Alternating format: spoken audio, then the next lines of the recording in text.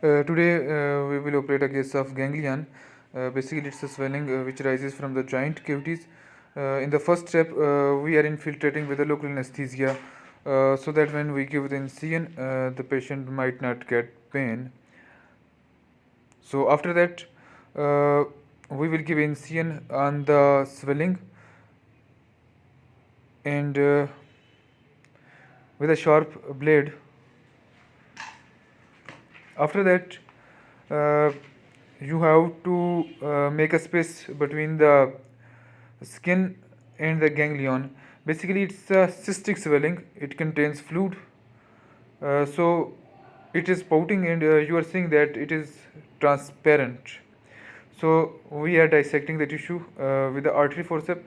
Because our artery forceps was blunt, so now we are using scissor for the same purpose.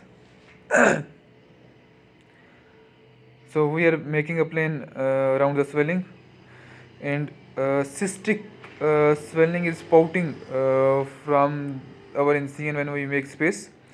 After that, we can deliver this ganglion as a whole. So you can clearly see the crystal clear secretions in this. Basically, we have another option also, that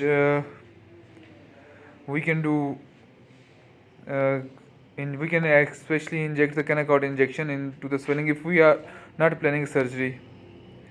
So next step in open wound is there. After the incision, we are closing it because it's a clean wound, it's not infected.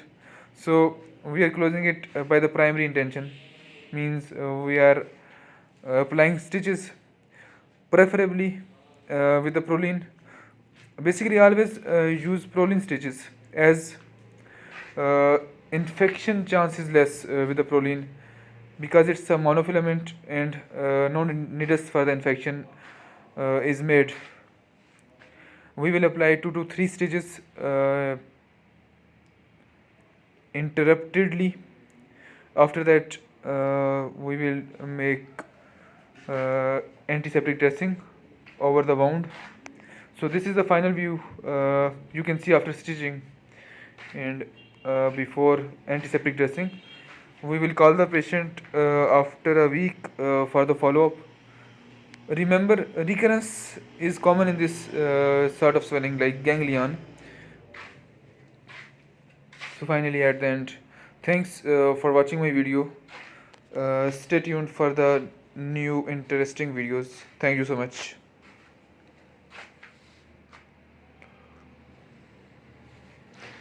We are applying fixamal here.